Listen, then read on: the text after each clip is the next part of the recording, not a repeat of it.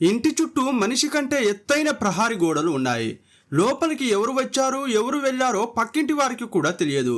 కానీ ఆ ఇంట్లో ఉండే టీచర్ హత్యకు గురైంది. పోనీ ఆమెకు శత్రువులు ఎవరైనా ఉన్నారా అంటే ఎవరితోనూ పెద్దగా పరిచయాలే లేవు.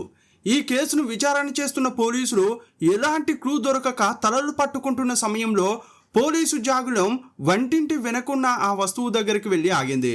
అది చూసి పోలీసులు నిర్ఘాంతపోయారు. ఇంతకీ ఆ వస్తువు ఏంటి? హంతకుడు వదిలిన ఆ క్లూ ఏంటి?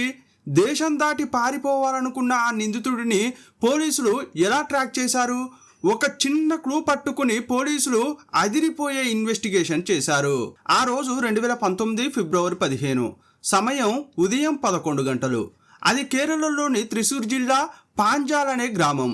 కేబుల్ టీవీ ఆపరేటర్ తన కస్టమర్ల దగ్గర నెలవారీ చందా వసూలు చేసుకుంటున్నాడు. ఒక పెద్ద ఇంటి గుమ్మం దగ్గరకు చేరుకున్నాడు. అయితే ఆ ఇంటి మెట్ల దగ్గరకు వెళ్ళగానే అతనికి ఏదో తేడాగా అనిపించింది. ఇంటి ముందు చూడగా 2 రోజులకు సంబంధించిన వార్తాపత్రికలు చింద్రవందరగా పడి ఉన్నాయి. పక్కనే పాల ప్యాకెట్లు కూడా పడి ఉన్నాయి. సాధారణంగా ఉదయాన్నే పాలు, పేపర్లు లోపలికి తీసుకుని వెళ్తారు. కానీ ఇక్కడ పరిస్థితి భిన్నంగా ఉండేసరికి అతనికి చిన్న అనుమానం కలిగింది. వెంటనే ఆ ఇంటి కాలింగ్ బెల్ నొక్కాడు. లోపల బెల్ శబ్దం వినబడుతోంది. కానీ ఎంతసేపటికి తలుపు మాత్రం తీయలేదు. అతను మెట్లు ఎక్కి గట్టిగా తలుపు తడుతూ హలో, ఎవరూ లేరా అని పిలిచాడు. అలా పిలుస్తున్నప్పుడే అతని ముక్కుకు ఒక రకమైన దుర్వాసన తగిలింది. ఆ వాసన భరించలేనంతగా ఉండడంతో అతనికి భయం వేసింది. వెంటనే అతను పక్కింటికి వెళ్ళి అక్కడున్న ఒక మహిళకు విషయం చెప్పాడు.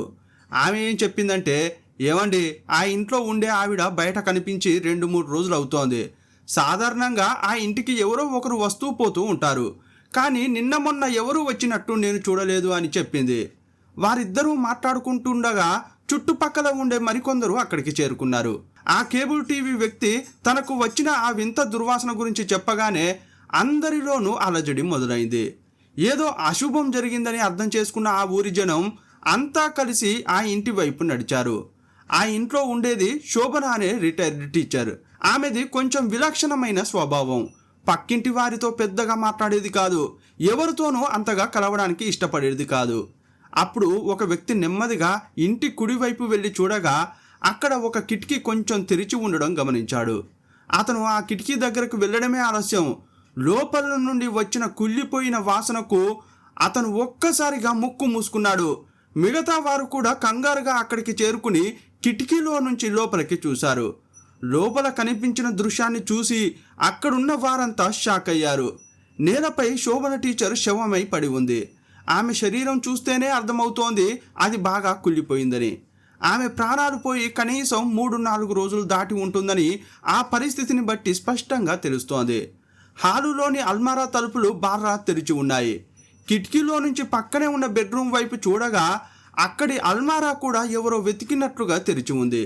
ఇదంతా చూస్తుంటే కేవలం మరణం మాత్రమే కాదు, ఇంట్లో పెద్ద ఎత్తున దొంగతనం జరిగిందని, ఆ దొంగలే టీచర్ను కిరాతకంగా చంపేసి ఉంటారని అర్థమైంది. వెంటనే గ్రామస్తులు పోలీస్ స్టేషన్కు ఫోన్ చేసి సమాచారం అందించారు. కాసేపట్లోనే పోలీసులు అక్కడికి చేరుకున్నారు. తలుపు బయట నుంచి లాక్ చేసి ఉంది. పక్క ఇంట్లో నుంచి ఒక గడ్డపార తెప్పించి తలుపులు బద్దలు కొట్టారు. తలుపు తీయగానే లోపల భయంకరమైన దృశ్యం కనిపించింది. కిటికీలో నుంచి చూసిన దానికంటే ఇది ఇంకా దారుణంగా ఉంది. చనిపోయి కనీసం 3-4 రోజులై ఉంటుందని అనిపించేలా ఆమె శరీరం ఉంది. డెడ్ బాడీపై చీమలు, పురుగులు తిరుగుతున్నాయి. మరో విషయం కూడా స్పష్టంగా కనిపిస్తోంది. ఆమె దుస్తులు పైకి జరిపి ఉన్నాయి. కాళ్ళు కూడా విడదీసి ఉన్నాయి. అంటే ఆ మహిళపై లైంగిక దాడి జరిగినట్లు అర్థమవుతోంది. అంతేకాకుండా ఆమె తలపై తీవ్రమైన గాయాలు ఉన్నాయి. మొండిగా ఉండే ఏదో వస్తువుతో ఆమె తలపై బలంగా కొట్టినట్లు తెలుస్తోంది. తల నుంచి రక్తం కారి గడ్డ కట్టి ఉంది. ఆ రక్తం ఆమె బట్టలకు, శరీరం కిందకు కూడా పాకింది. ఎవరైనా చూస్తే భయపడేలా ఆ దృశ్యం ఉంది. వెంటనే ఫోరెన్సిక్ టీంను రప్పించారు. వేలిముద్రలు ఏమైనా దొరుకుతాయా అని వారు వెతకడం మొదలుపెట్టారు. ఆ సమయంలోనే పోలీస్ డాగ్ కూడా వచ్చింది. దానికి ఇంట్లోని వస్తువులను వాసన చూపించారు. ఆ వస్తువులను వాసన చూసిన జాగిలం నేరుగా వంటింటి వైపు పరిగెత్తింది. వంటింటి వెనక గోడకు ఆనించి ఉన్న ఒక పార దగ్గరకు వెళ్ళి మొరగడం మొదలుపెట్టింది. ఆ తర్వాత ఇంటి ముందు వైపుకు వచ్చి రోడ్డుపైకి పరిగెత్తింది. కాస్త దూరం పరిగెత్తాక ఆగిపోయింది. బహుశా నిందితుడు అక్కడి నుంచి ఏదైనా వాహనంలో తప్పించుకుని ఉండవచ్చు. ఎవరో ఒక్కరే ఈ పని చేసి ఉంటారని పోలీసు జాగిరం ప్రదర్శనను బట్టి పోలీసులకు అనిపించింది. వెంటనే పోలీసులు ఫోరెన్సిక్ నిపుణులు కలిసి ఆ పారను ఆధారంగా సేకరించారు. ఆ పారకున్న పిడి భాగంలో రక్తం అంటుకుని ఉంది. అంటే నిందితుడు ఆ పారను తీసుకుని దాని వెనక భాగంతో ఆ టీచర్ తలపై బలంగా కొట్టాడు. చాలా క్రూరంగా అక్కడ హత్య జరిగింది. లోపల ఫోరెన్సిక్ టీం తెరిచి ఉన్న అల్మారాలు, గదులను పరిశీలించారు. ఆమె పడి ఉన్న తీరు, ఆ గది వాతావరణం, తెరిచి ఉన్న అల్మారాలను ఫోటోలు తీశారు. ఆ ఇంటికి మొదట వచ్చిన కేబుల్ టీవీ వ్యక్తితో మాట్లాడిన పోలీసులు తర్వాత పొరుగు వారితో కూడా చర్చించారు. వారు చెప్పిన వివరాల ప్రకారం శోభన టీచర్ది ఒక వింతైన నేపథ్యం. ఆమె ఒక స్కూల్ టీచర్గా పనిచేసి రిటైర్ అయ్యారు. ఇంట్లో ఖాళీగా ఉండకుండా ఆమె ఏదో బిజినెస్ చేస్తున్నారని తెలుస్తోంది. కానీ ఆమె చేసే బిజినెస్ ఏంటనేది పొరుగు వారికి స్పష్టంగా తెలియదు. శోభన టీచర్ బంధువులు ఎవరనే ప్రశ్నకు కూడా వారి దగ్గర సమాధానం లేదు. ఆమెకు జనాలతో కలవడం అస్సలు ఇష్టం ఉండేది కాదు. పక్కింటి వారితో అస్సలు మాట్లాడేవారు కాదు. ఆమె ఇంటికి చాలామంది తరచుగా కార్లలో వస్తూ ఉండేవారు. వచ్చిన వారు చాలాసేపు ఆ ఇంట్లోనే ఉండి వెళ్ళేవారు. బిజినెస్ నిమిత్తం వచ్చిన కొందరు వ్యక్తులు ఆమె ద్వారా ఆ ప్రాంతంలో స్థలాలు కొన్నారని పొరుగు వారికి కొన్నాళ్లకు తెలిసింది. దీన్ని బట్టి శోభన టీచర్ ఇప్పుడు రియల్ ఎస్టేట్ ఏజెంట్గా పనిచేస్తున్నారని పోలీసులు, స్థానికులు ఒక అంచనాకు వచ్చారు. ఎవరైనా స్థలాలు లేదా ఇల్లు కొనాలన్నా అమ్మాలన్నా తన కింద ఉన్న ఏజెంట్ల ద్వారా ఆమె ఆ పనులు పూర్తి చేసేవారని ఊహించారు. టీచర్గా ఉన్నప్పుడు సంపాదించుకున్న పరిచయాలు ఈ రియల్ ఎస్టేట్ బిజినెస్లో ఆమెకు సహాయపడి ఉండవచ్చునని భావించారు. లోపల ఉన్న శవం 3-4 రోజుల క్రితం నాటిది. శోభన టీచర్ హత్యకు గురైన సమయంలో అక్కడికి ఎవరో వచ్చి ఉంటారు. దాని గురించి పక్కింటి వారికి ఏమైనా తెలుసా అని అడిగితే వారు మాకేమీ తెలియదని చెప్పారు. ఆ టీచర్ తన ఇంటి చుట్టూ ప్రహారీ గోడను చాలా ఎత్తుగా కట్టారు. అంటే పొరుగువారు తమ ముంగిట నిలబడి చూసిన టీచర్ ఇంటి ముంగిట ఉన్నవారు కనిపించరు. తన ఇంటికి వచ్చే వారిని ఎవరూ చూడకూడదనే ఉద్దేశంతోనే ఆమె గోడను అంత ఎత్తుగా కట్టి ఉండవచ్చని పోలీసులకు అనిపించింది. ఆమె పొరుగువారితో కలవదు కాబట్టి ఆమె ఇంటికి ఎవరు వస్తున్నారో కూడా వారు గమనించేవారు కాదు. అందుకే 3-4 రోజుల క్రితం ఎవరు వచ్చారో వారు చెప్పలేకపోయారు. స్థానికుల నుంచి పెద్దగా సమాచారం దొరకదని పోలీసులకు అర్థమైంది. ఆ ఇంట్లో వేలిముద్రలు సేకరించారు. చాలామంది వచ్చి వెళ్ళే ఇల్లు కాబట్టి అక్కడ శోభన టీచర్వి కాకుండా ఇతర వ్యక్తుల వేలిముద్రలు కూడా చాలా దొరికాయి. ప్రస్తుతం పోలీసుల దగ్గర ఉన్న ప్రధాన ఆధారం ఆ పార మాత్రమే. శవాన్ని పోస్టుమార్టంకు పంపే ముందు ఫోరెన్సిక్ టీం ఆమె శరీరంపై ఏవైనా ద్రవాలు ఉన్నాయా అని పరీక్షించింది. ఎందుకంటే ఆమె డెడ్ బాడీ పడి ఉన్న తీరు చూస్తే హత్యకు ముందు కానీ లేదా తర్వాత కానీ ఆమెపై లైంగిక దాడి జరిగినట్లు అనిపిస్తోంది. అది ఎప్పుడు జరిగిందో తెలియాలంటే పోస్టుమార్టం నివేదిక రావాలి. హాస్పిటల్లో పోస్టుమార్టం పనులు జరుగుతుండగా పోలీసులు తదుపరి దర్యాప్తు మొదలుపెట్టారు. అసలు ఆ రోజు రాత్రి ఆ 4 గోడల మధ్య ఏం జరిగింది? వృద్ధురాలైన ఆ టీచర్ను చంపిన తర్వాత కూడా ఆ కిల్లర్ ఆమె శరీరంపై చేసిన అత్యంత భయంకరమైన వికృతమైన చేష్టలేంటి? కిల్లర్ గురించి ఎలాంటి ఆధారం లేని సమయంలో పోలీసులు ఏం చేశారు? నిందితుని పట్టుకోవడానికి పోలీసులు ఎలాంటి ఎత్తులు వేశారు? కేరళ పోలీసులు చేసిన దిమ్మ తిరిగే ఇన్వెస్టిగేషన్ను ఈ వీడియోలో చూద్దాం. మీరు చూస్తున్నది తెలుగు మిస్టరీ. నేను మీ ప్రభాకర్.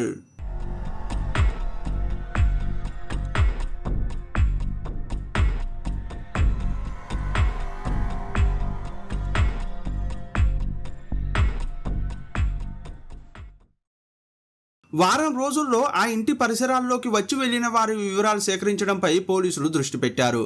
వచ్చిన వారిని గుర్తించడానికి వారికి ఉన్న ఏకైక మార్గం మొబైల్ టవర్ డేటా మాత్రమే. ఆ ప్రాంతం చాలా మొబైల్ టవర్ల పరిధిలోకి వస్తుంది. ఆ టవర్ల ద్వారా అక్కడ తిరిగినా లేదా అక్కడ ఉన్న ప్రతి మొబైల్ నంబర్ లిస్ట్ అయి ఉంటుంది. ఆ నంబర్లన్నీ పరిశోధించి అక్కడ రెగ్యులర్గా ఉండని నంబర్లు ఏవైనా ఉన్నాయా అని కనిపెట్టి వాటిని ఫాలో అవ్వాలని అనుకున్నారు. మొబైల్ టవర్ల నుంచి డంప్ డేటా సేకరించి దాన్ని చెక్ చేయడం మొదలుపెట్టారు. అక్కడ నివసించే వారి నెంబర్లు అన్ని టవర్లలోనూ ఒకేలా కనిపిస్తాయి కాబట్టి వాటిని వదిలేసి అక్కడికి వచ్చి వెళ్ళే నంబర్ల లిస్టును పోలీసులు సిద్ధం చేశారు. వారు మొదట ఒక వారం డేటా తీసుకున్నారు. అది చెక్ చేయడం మొదలుపెట్టిన ఒక టీం ఆ తర్వాత పాత డేటాను కూడా తీయడం ప్రారంభించింది. సుమారు 3 నెలల డంప్ డేటా అంటే అందులో చాలా నంబర్లు ఉంటాయి. ఆ నంబర్లన్నీ పరిశీలించి ఈ కేసుతో సంబంధం ఉన్న వ్యక్తిని కనిపెట్టాలని పోలీసులు పనిని ప్రారంభించారు. చెప్పడానికి ఇది చాలా సులభంగా అనిపించినా చేయడం మాత్రం అంత ఈజీ కాదు. ఏదేమైనా వారు ఆ నంబర్లను పరిశోధించి కొన్ని నంబర్ల లిస్టును తయారు చేశారు. ఆ టవర్ల పరిధి గుండా వెళ్ళినా లేదా ఆ టవర్ల పరిధిలోకి వచ్చి వెళ్ళిన బయటి వ్యక్తుల నంబర్లు ఆ లిస్టులో ఉన్నాయి. ఆ తర్వాత పోలీసులు శోభన టీచర్ మొబైల్ నంబర్ ఆధారంగా కొన్ని విషయాలు దర్యాప్తు చేశారు. శోభన టీచర్ రియల్ ఎస్టేట్ బిజినెస్లో ఉన్నందున ఆమె చాలా మందితో సంబంధాలు కలిగి ఉన్నారు. ఆ వ్యక్తులతో ఆమె ఫోన్ ద్వారానే మాట్లాడే అవకాశం ఉంది. ఆమె ఇతరులకు ఫోన్ చేసినట్టే ఇతరులు కూడా ఆమెకు కూడా ఫోన్ చేసి ఉంటారు. దాన్ని అనలైజ్ చేయడానికి శోభన టీచర్ యొక్క 6 నెలల కాల్ డేటా రికార్డ్స్ను తీసుకున్నారు. ఆ రికార్డ్స్లో ఆమెతో మాట్లాడిన వ్యక్తుల వివరాలన్నీ ఉన్నాయి. పోలీసులు ఆ నంబర్లను వివరంగా పరిశీలించారు. అలాగే ఇంతకుముందు సేకరించిన నంబర్లతో వీటిని పోల్చి చూశారు. శోభన టీచర్కు ఫోన్ చేసిన వారి లిస్టు మరియు గత వారంలో ఆ ప్రాంతం గుండా వెళ్ళిన మొబైల్ నంబర్లను వారు సరిపోల్చారు. అలా చూసినప్పుడు వారికి కొన్ని నంబర్లు దొరికాయి. పోలీసులు చాలా జాగ్రత్తగా నంబర్లను వడపోశారు. ఆ నంబర్లను నోట్ చేసుకున్న పోలీసులు వాటిని గమనించడం మొదలుపెట్టారు. ఆ నంబర్ల యజమానులను పిలిచి వెంటనే ప్రశ్నించడం కంటే వారిని కొంతకాలం గమనించిన తర్వాతే ప్రశ్నించాలని దర్యాప్తు టీం నిర్ణయించుకుంది. ఒకవేళ ఆ వ్యక్తులలో ఎవరైనా హంతకుడు ఉంటే పోలీసులకు తనపై అనుమానం కలిగిందనే విషయం అతనికి తెలిస్తే తప్పించుకుంటాడు. అలా అస్సలు జరగకూడదని అనుకున్నారు. అందుకే పోలీసులు కావాలనే వారిని స్టేషన్కు పిలిపించలేదు. పొరుగు వారి నుంచి వివరాలు సేకరించే ప్రక్రియ ఇంకా జరుగుతుండగానే పోలీసులు ఆ నంబర్లను నిశితంగా గమనించారు. ఆ నంబర్లు ఇప్పుడు ఎక్కడ ఉన్నాయని వెతకగా చాలా నెంబర్లు త్రిశూర్లోనే ఉన్నాయి. కానీ ఒక నెంబర్ మాత్రం మారుతూనే ఉంది. ఆ నెంబరు కొద్ది రోజుల క్రితం వరకు త్రిశూరులోనే ఉంది, కానీ ఇప్పుడు పలు చోట్లకు ప్రయాణిస్తోంది. మొదట తమిళనాడు, తర్వాత కర్ణాటక, ఆ తర్వాత మహారాష్ట్ర, ఇలా ఆ నంబరు ప్లేసులు మారుతూ ఉంది. ఆ నంబరు ఎవరిదో కనిపెట్టడం పోలీసులకు పెద్ద కష్టం కాలేదు. అది బాలన్ అనే వ్యక్తి నెంబర్ అని తెలిసింది. ఈ ఘటన జరిగిన తర్వాత బాలన్ టీచర్ ఇంటికి వచ్చాడా లేదా అనే విషయంపై పోలీసులకు పెద్దగా సమాచారం లేదు. కానీ బాలన్ ఇప్పుడు ప్రయాణంలో ఉన్నాడని మాత్రం తెలిసింది. బాలన్ ప్రయాణంలో ఉన్నాడని తెలియగానే పోలీసులు అతనిపై నిఘా పెట్టారు. ఇప్పుడు వారికి అనుమానించదగ్గ ఒక వ్యక్తి ఈ కేసులో దొరికాడు. అంతకుముందు శోభన టీచర్కి బాలన్ తరచూ ఫోన్ చేసేవాడు. టీచర్ కూడా అతనికి ఫోన్ చేసేవారని కాల్ డేటా రికార్డ్స్ ద్వారా పోలీసులకు అర్థమైంది. కానీ టీచర్ చనిపోయిన తర్వాత బాలన్ మొబైల్ నంబరు ఆ ఇంటి పరిసరాల్లోనే కనిపించలేదు. ఇదే పోలీసులను కన్ఫ్యూజ్ చేసింది. అంతకు ముందు రోజుల్లో టీచర్ ఇంటి దగ్గర ఉన్న మొబైల్ టవర్ పరిధిలోకి బాలన్ నంబరు తరచుగా వచ్చింది. కానీ ఆమె చనిపోయిన తర్వాత బాలన్ నంబరు అస్సలు ఆ ప్రాంతానికే రాలేదు. అలా రాకపోవడానికి మరణానికి ఏదైనా సంబంధం ఉందా అనే ప్రశ్నకు పోలీసులకు ఇంకా సమాధానం దొరకలేదు. కానీ అది అనుమానించదగ్గ విషయం. బాలన్ లాగా ఇంకెవరైనా ఇలా మిస్ అయ్యారా అని పోలీసులు ఆరా తీస్తుండగా అప్పుడే పోస్ట్ మార్టం రిపోర్ట్ వచ్చింది. ఒక మొండి వస్తువుతో తలపై కొట్టి శోభన టీచర్ను హత్య చేసినట్లు రిపోర్ట్లో ఉంది. శవం దొరకడానికి సుమారు 4 రోజుల ముందే ఆమె హత్యకు గురయ్యారు. పోస్ట్ మార్టం చేసే సమయంలో ఆమె డెడ్ బాడీలో చాలా పురుగులు ఉన్నాయని డాక్టర్లు గుర్తించారు. పురుగులు పట్టే స్థితిలోనే పోలీసులు, జనాలు ఆ శవాన్ని చూశారు. ఆ మహిళ హత్యకు గురయ్యే ముందు శృంగారంలో పాల్గొన్నారని తెలిసింది. కానీ అది బలవంతంగా జరిగిందా లేదా అనే విషయంలో డాక్టర్లు స్పష్టమైన సమాధానం ఇవ్వలేకపోయారు. కానీ లైంగిక చర్య జరిగిందన్నది మాత్రం వాస్తవం. శవం బాగా కుళ్ళిపోవడంతో అంతకు మించి ఏ వివరాలు పోస్టుమార్టం రిపోర్ట్ ద్వారా పోలీసులకు అందలేదు. శోభన టీచర్తో పగ ఉన్న వారెవరైనా ఆమెను చంపి ఉంటారని ఇప్పుడు పోలీసులు అనుకోవడం లేదు. కానీ ఇంట్లో జరిగిన దొంగతనం ప్రయత్నాలను బట్టి ఒక విషయం మాత్రం స్పష్టంగా అర్థమవుతోంది. ఆ ఇంట్లో టీచర్తో పాటు ఉన్న వ్యక్తి ఆమెను చంపి అక్కడి వస్తువులను దొంగిలించి పారిపోయాడు. అక్కడ ఏమేమి పోయాయి అనే దానికి పోలీసులకు ఇంకా సమాధానం దొరకలేదు. శోభన టీచర్కి ఒక కొడుకున్నాడు. అతని పేరు గణేష్. గణేష్ ప్రేమ వివాహం చేసుకున్నాడు. పెళ్లి తర్వాత గణేష్ తన భార్యతో కలిసి కెనడాలో సెటిల్ అయ్యాడు. తల్లి చనిపోయిన విషయం తెలిసిన గణేష్ కుటుంబం కెనడా నుంచి రాలేదు. అందువల్ల తల్లి దగ్గర ఏమేమి నగలు ఉండేవనే దానికి గణేష్ ఫోన్లో సరైన సమాధానం చెప్పలేకపోయాడు. గణేష్ రాలేకపోవడంతో అధికారులు త్రిశూరులోని ఒక ప్రభుత్వ శ్మశానంలో శోభన టీచర్ మృతదేహానికి దహన సంస్కారాలు చేశారు. శత్రువులే టీచర్ను హత్య చేశారన్న నమ్మకం పోలీసులకు కలగలేదు. అక్కడికి వచ్చి వెళ్ళే ఎవరో ఒకరే టీచర్ను చంపారని వారు గట్టిగా నమ్మారు. అలా అనుకుంటున్న సమయంలోనే ఇంతకుముందు అనుమానితుల జాబితాలో ఉన్న బాలన్ పేరు మళ్ళీ పోలీసుల దృష్టికి వచ్చింది. బాలన్ ఇల్లు త్రిశూరులోనే ఉంది. ఇంటికి వెళ్ళి బాలన్ కోసం వెతికితే ప్రయాణంలో ఉన్న బాలన్కు ఆ విషయం తెలిసే అవకాశం ఉంది. అందుకే పోలీసులు ఆ ఇంటిని నిఘాలో పెట్టారు తప్ప నేరుగా వెళ్ళి వెతకలేదు. దానికి బదులుగా బాలన్ను ఫాలో అవ్వాలని వారు నిర్ణయించుకున్నారు. పోలీసులు బాలన్ కోసం వెతకడానికి ప్రయత్నిస్తున్న సమయంలోనే బాలన్ మొబైల్ నంబరుకు ఒక మెసేజ్ వచ్చింది. అది SBI నుంచి వచ్చిన మెసేజ్. బాలన్ అడిగిన ప్రకారం అతని అకౌంట్లో ఎంత డబ్బు ఉందో తెలియజేస్తూ బ్యాంకు ఆ మెసేజ్ పంపింది. దీంతో ఒక విషయం ఖరారైంది. బాలన్ అనే వ్యక్తి ఇప్పటికీ అదే మొబైల్ వాడుతున్నాడని, బాలన్ తన బ్యాంకు బ్యాలెన్స్ను తెలుసుకోవడానికి ప్రయత్నించడం పోలీసులకు కుతూహలం కలిగించింది. అతని అకౌంట్లో పెద్దగా డబ్బు ఏమీ లేదు. ఆ విషయం ఆ మెసేజ్ ద్వారా పోలీసులకు అర్థమైంది. ఎలాగైనా అతన్ని పట్టుకోవాలని నిర్ణయించుకున్న పోలీసు బృందం త్రిశూర్ నుండి మహారాష్ట్రకు బయలుదేరడానికి సిద్ధమైంది. ఆ బృందం షోర్నూరు చేరుకోగానే సైబర్ సెల్ వారు ఒక విషయం చెప్పారు. కర్ణాటక మహారాష్ట్ర సరిహద్దులో ఉన్న బాలన్ మొబైల్ నంబర్ అక్కడి నుండి కదిలింది. కర్ణాటక సరిహద్దు నుండి బాలన్ ఇప్పుడు తమిళనాడు వైపు వెళ్తున్నాడు. సైబర్ సెల్ ఈ విషయం చెప్పగానే పోలీసులు తమ ప్లాన్ మార్చారు. సైబర్ పోలీసుల సహాయంతో బాలన్ మొబైల్ కదలికలను గమనించడం మొదలుపెట్టారు. సైబర్ పోలీసుల నిఘా ఫలించింది. బాలన్ మొబైల్ నంబర్ ఇప్పుడు రైల్వే ట్రాక్ మీద ప్రయాణిస్తోందని, అంటే బాలన్ ఏదో ట్రైన్లో ఉన్నాడని వారికి అర్థమైంది. ఆ ట్రైన్ సేలం వైపు వెళ్తోంది. సేలం వైపు వచ్చే ఆ రైలును సైబర్ పోలీసులు వెంటనే గుర్తించారు. ఆ రైలు సేలం నుండి ఈరోడ్ మీదుగా పాలక్కాడ్కు, అక్కడి నుండి త్రిశూర్కు వచ్చే రైలు. ఆ విషయం తెలిసిన వెంటనే సేలం నుండి వస్తున్న బాలన్ ఉన్న రైలులో మధ్యలో ఎక్కాలని పోలీసులు నిర్ణయించుకున్నారు. వేగంగా ఈరోడ్ స్టేషన్కు చేరుకున్న పోలీసులు రైలు ఎక్కే ముందు రిజర్వేషన్ చార్టులో బాలన్ పేరు ఉందేమో అని చూశారు. కానీ రిజర్వేషన్ చార్టులో ఎక్కడా బాలన్ పేరు లేదు. అంటే బాలన్ జనరల్ కంపార్ట్మెంట్లో ప్రయాణిస్తున్నాడని అర్థమైంది. ఈరోడ్ నుండి ఆ రైలు ఎక్కిన పోలీసులు సివిల్ డ్రెస్లో ఉన్నారు. వారు వెతుకుతూ జనరల్ కంపార్ట్మెంట్కు చేరుకున్నారు. పోలీసుల దగ్గర బాలన్ ఫోటో ఉంది. దాన్ని వారు SBI బ్యాంకు నుండి సేకరించారు. ఆ ఫోటో సహాయంతో జనరల్ కంపార్ట్మెంట్లో ఎవరికీ అనుమానం రాకుండా వెతుకుతుండగా ఒక పోలీసు అధికారికి బాలన్ కనిపించాడు. బాలన్ కిటికీ గుండా బయటకు చూస్తూ కూర్చుని ఉన్నాడు. ఆ బోగీలో రద్దీ తక్కువగా ఉండడం వల్ల సీట్లు ఖాళీగా ఉన్నాయి. బాలన్ పక్కనే ఒక పోలీసు వెళ్ళి కూర్చున్నాడు. ఎదురుగా మరో 2 పోలీసులు కూర్చున్నారు. ఆ పోలీసులు ఒకరికొకరు తెలిసిన వారిని మాట్లాడుకుంటున్నారు.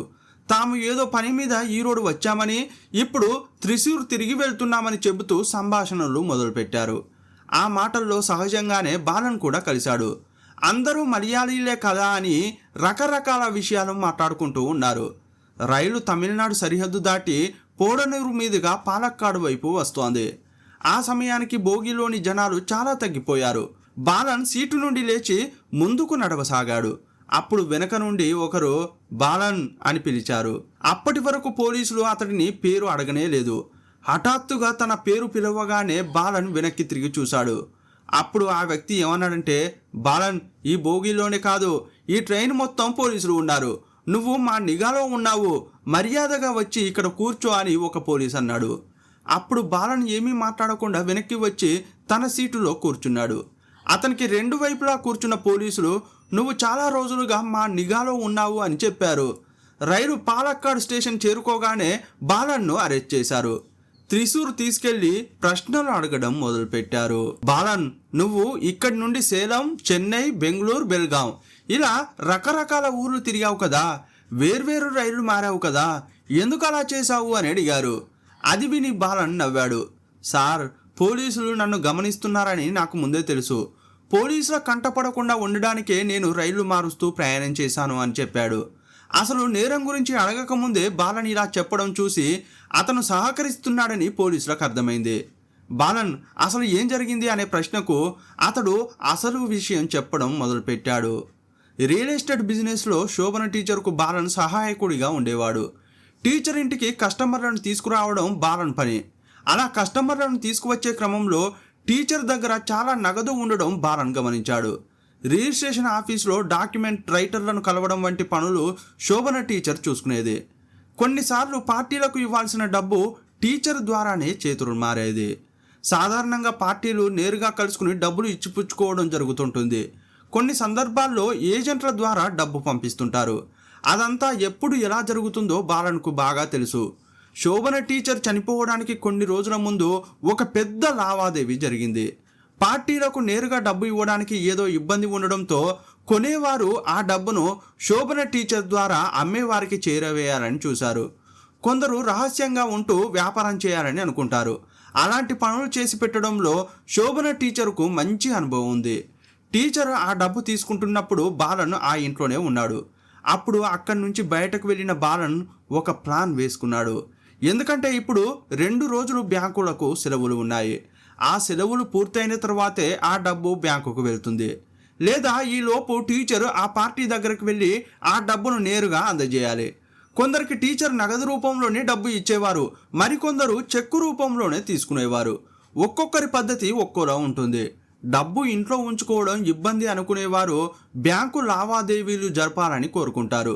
ప్రస్తుతం సెలవులు కాబట్టి టీచర్ ఆ డబ్బును ఇంట్లోనే ఉంచి ఉండవచ్చని భావించిన బాలన్ ఎప్పటిలాగే టీచర్ను చూడడానికి ఆమె ఇంటికి వెళ్ళాడు. కానీ ఆ రోజు బాలన్ ఒక జాగ్రత్త తీసుకున్నాడు. అతను ఇంటి నుంచి తన బుల్లెట్ బయటకు తీయలేదు. బాలన్ బుల్లెట్ను ఇంట్లోనే ఉంచితే తప్పకుండా పక్కింటి వారు చూస్తారు. ఎప్పుడైనా పోలీసులు వచ్చి విచారణ జరిపితే బాలన్ ఇంట్లోనే ఉన్నాడని చెప్పడానికి సాక్షులు ఉంటారని అతను భావించాడు. అందువల్ల బుల్లెట్ను ఇంట్లోనే వదిలేసి ఎవరికంటా పడకుండా ఇంటి నుంచి బయటకు వచ్చాడు. రోడ్డు మీదకు వెళ్ళి పలు ఆటోలు మారి టీచర్ ఇంటికి వెళ్ళే దారి దగ్గరకు చేరుకున్నాడు. అక్కడ ఆటో దిగిన తర్వాత బాలన్ ఎవరికీ అనుమానం రాకుండా నడుచుకుంటూ టీచర్ ఇంటికి వెళ్ళాడు. పక్కింటి వారు ఆ ఇంటికి వచ్చేవారిని పెద్దగా పట్టించుకోరని బాలన్కు బాగా తెలుసు. టీచర్ ఇంటికి వెళ్ళిన బాలన్ బెల్ కొట్టాడు. వెంటనే ఆమె తలుపు తీసింది. బాలన్ను చూడగానే టీచర్కు సంతోషం వేసింది. సాధారణంగా బాలన్ ఏదైనా బిజినెస్ పని మీదనే అక్కడికి వస్తాడు. కొత్త బిజినెస్ ఉందని బాలన్ చెప్పగానే టీచర్ అతన్ని ఆహ్వానించి సోఫాలో కూర్చోబెట్టింది. బాలన్కు తాగడానికి టీ తీసుకురావడానికి ఆమె వంటింట్లోకి వెళ్ళింది.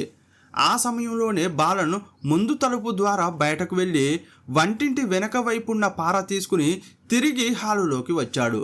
హాలులో సోఫా వెనుక ఆ పారను దాచిపెట్టి బాలన్ నక్కి ఉన్నాడు. టీచర్ కప్పుతో టీ తీసుకుని వచ్చి టేబుల్ మీద పెట్టి బాలన్ను పిలవడానికి లోపలికి వచ్చింది. బాలన్ కనిపించకపోయేసరికి ఆమె చుట్టూ చూస్తూ ఉండగా ఊహించని విధంగా బాలన్ ఆ పారతో ఆమె తలపై బలంగా కొట్టాడు. ఒక్క దెబ్బకే ఆమె కింద పడిపోయింది. ఆమె వయసు 61 ఏళ్ళు కావడంతో ఆ దెబ్బతోనే ఆమె ప్రాణాలు పోయాయి. ఆమె కింద పడిపోయిన విధానం బాలన్లో ఒక వికృతమైన కోరికను కలిగించింది. ఆమె పడిపోయినప్పుడు చీర చెదిరిపోయి ఉండడంతో బాలన్ మనసులో తప్పుడు ఆలోచనలు కలిగాయి. అందువల్ల టీచర్పై లైంగిక దాడికి పాల్పడ్డాడు. నిజానికి అక్కడ జరిగింది అత్యాచారమే. కానీ పోస్టుమార్టం చేసిన డాక్టర్లు చనిపోయిన వ్యక్తి నుంచి ఎటువంటి ప్రతిఘటన లేకపోవడంతో అది అంగీకారంతో జరిగిన శృంగారం కావచ్చని అనుమానించారు. నిజానికి ఆమె చనిపోయి పడి ఉన్నప్పుడే ఆ దారుణం జరిగింది. ఆ తర్వాత అల్మారాలు గదులు తెరిచి విలువైన వస్తువులన్నీ తన వెంట తెచ్చుకున్న బ్యాగులో నింపుకున్నాడు. ఆ తర్వాత ఆ పారను మళ్ళీ వంటింటి వెనక ఉన్న చోటే పెట్టి అక్కడి నుంచి వేగంగా పారిపోయాడు. ఇంటి తలుపులకు ఎప్పుడూ తాళాలు ఉండేవి. వాటిని తీసుకుని బయట నుంచి లాక్ చేశాడు. ఆ కంగారులో ఒక కిటికీ తెరిచి ఉన్న విషయాన్ని కానీ ఆ టీచర్ బట్టలు చెదిరిపోయి ఉన్న విషయాన్ని కానీ బాలన్ గమనించలేదు. వీలైనంత త్వరగా అక్కడి నుంచి తప్పించుకోవాలని అనుకున్నాడు. వెళ్ళే దారిలోనే ఆ తాళాలను విసిరేశాడు. బాలన్ అక్కడి నుంచి నేరుగా ఆటో స్టాండ్కు వెళ్ళి ఆటో స్టాండ్ నుంచి కొంత దూరం ప్రయాణించి ఆ తర్వాత బస్ ఎక్కి పారిపోయాడు. అప్పుడు బాలన్ చాలా సంతోషంగా ఉన్నాడు. ఎందుకంటే అతని బ్యాగు నిండా ఇప్పుడు బంగారం ఉంది. ఇంత బంగారం ఉన్నప్పుడు ఇక ఇంటికి వెళ్ళి బట్టలు మార్చుకోవాల్సిన అవసరం లేదని, విలాసవంతమైన జీవితం గడపవచ్చని నేరుగా తమిళనాడు వెళ్ళాడు. తమిళనాడు చేరుకున్న బాలన్ సేలంలో దిగాడు. అక్కడ ఒక నగల షాపులో తన దగ్గరున్న నగలను చూపించిన బాలన్ ఒక్కసారిగా షాక్ అయ్యాడు. ఎందుకంటే అతని బ్యాగులో ఉన్న నగలలో ఎక్కువ భాగం నకిలీవి. అందులో బంగారం చాలా తక్కువగా ఉంది. తాను మోసపోయానని బాలన్కు అప్పుడు అర్థమైంది. అతనికి ఒక టేబుల్లో దొరికిన కొద్దిపాటి నగదు మాత్రమే ఇప్పుడు అతని దగ్గర ఉంది. భయపడిపోయిన బాలన్ అక్కడి నుంచి చెన్నై నుంచి బెంగళూరుకు, అక్కడి నుంచి బెల్గాంకు రైళ్లు మారుస్తూ ప్రయాణం చేశాడు.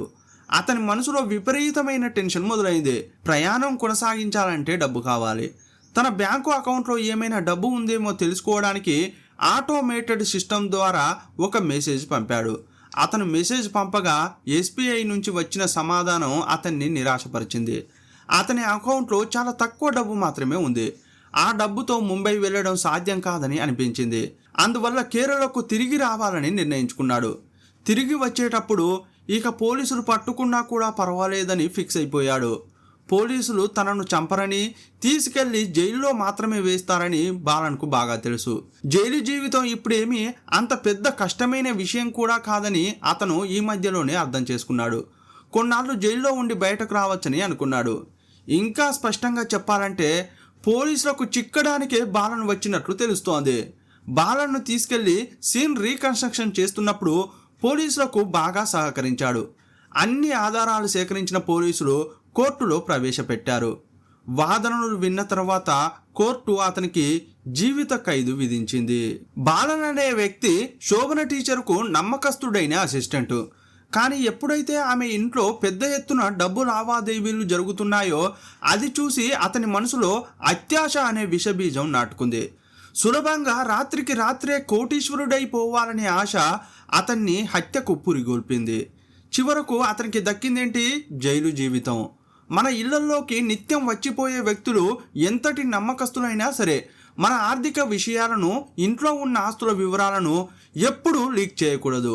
అతిగా ఎవరిని నమ్మకూడదు. అలాగే అహంకారాన్ని పక్కన పెట్టి పొరుగువారితో ప్రేమగా మెలగాలి. ఎందుకంటే రేపు మనకు ఏదైనా ఆపద వస్తే సుదూరంగా ఉన్న బంధువులు కాదు, పక్కనే ఉన్న పొరుగింటి వారే మన ప్రాణాలను నిలబెడతారు. శోభన టీచర్ విద్యావంతురాలు, కానీ ఆమెకు పక్కింటి వారితో మాట్లాడడం ఇష్టం లేదు. చుట్టుపక్కల వారిని చూసి కనీసం చిరునవ్వు చిందించడానికి కూడా ఆమె ఇష్టపడేవారు కాదు. తన ఇంటికి ఎవరు వస్తున్నారో ఎవరికీ తెలియకూడదని మనిషి ఎత్తు కంటే పెద్ద ప్రహారీ గోడలు కట్టుకున్నారు. ఆ గోడలే ఆమెకు రక్షణ ఇస్తాయని అనుకున్నారు. కానీ చివరకు అవే గోడలు ఆమె పాలిట మృత్యుపాశాలు అయ్యాయి. బాలన్ ఆమెను నమ్మించి లోపలికి వచ్చి పారతో కొట్టినప్పుడు ఆమె ఖచ్చితంగా ప్రాణభయంతో కేకలు వేసి ఉంటుంది. కానీ ఆమె కట్టుకున్న ఆ ఎత్తైన గోడలు ఆ అరుపులను బయటకు రానివ్వలేదు. పక్కింటి వారితో ఆమెకు ఉన్న దూరం వల్ల ఆమె ఇంట్లో ఘోరం జరుగుతున్నా ఎవరూ గమనించలేకపోయారు. ఆమె చనిపోయి 4 రోజులుగా లోపల కుళ్ళిపోతున్నా కనీసం కనుక్కోవడానికి ఏ బంధువు రాలేదు. చివరకు ఒక కేబుల్ ఆపరేటర్ వస్తే గాని ఆ శవం బయటపడలేదు. మనుషులమన్నాక సమాజంలో ఒంటరిగా బతకలేం. పక్కింటి వారితో మాట్లాడడం, బాగున్నారా అని పలకరించుకోవడం కేవలం ఒక పద్ధతి మాత్రమే కాదు, అత్యవసర పరిస్థితుల్లో మన ప్రాణాలను కాపాడే ఒక రక్షణ కవచం అది. శోభన టీచర్ రియల్ ఎస్టేట్ వ్యాపారంలో ఎంతో మంది ధనవంతులతో సంబంధాలు పెట్టుకున్నారు, ఎంతో సంపాదించారు కూడా. ఆమెకు ఒక కొడుకు ఉన్నాడు. అతను కెనడాలో స్థిరపడ్డాడు. ఎన్నో ఆస్తులు, అంతస్తులు సంపాదించిన తల్లి ఘోరంగా హత్యకు గురైతే చివరి చూపు చూసుకోవడానికి కూడా అతను సొంతూరుకు రాలేకపోయాడు. శోభన టీచర్ది ఎంతటి దౌర్భాగ్యం అంటే ఎంతోమంది పిల్లలకు పాఠాలు చెప్పి సమాజంలో గౌరవంగా బతికిన ఆమె మృతదేహాన్ని చివరకు పోలీసులు ఒక అనాథ శవంలా ప్రభుత్వ శ్మశానంలో కాల్చాల్సి వచ్చింది. మనం సంపాదించే ఆస్తులు, దాచుకునే బంగారం మనల్ని కాపాడలేవు. మనం సంపాదించుకోవాల్సింది లగ్జరీ జీవితాలు కాదు, మన కోసం కన్నీరు కార్చే నలుగురు మనుషులను, మనల్ని గుండెల్లో పెట్టుకునే అనుబంధాలను. మీరేమంటారు? మీ అభిప్రాయం ఏంటో ఖచ్చితంగా కామెంట్ బాక్స్లో రాయండి. మరో వీడియోలో మళ్ళీ కలుసుకుందాం. అప్పటి వరకు సెలవు. జై హింద్.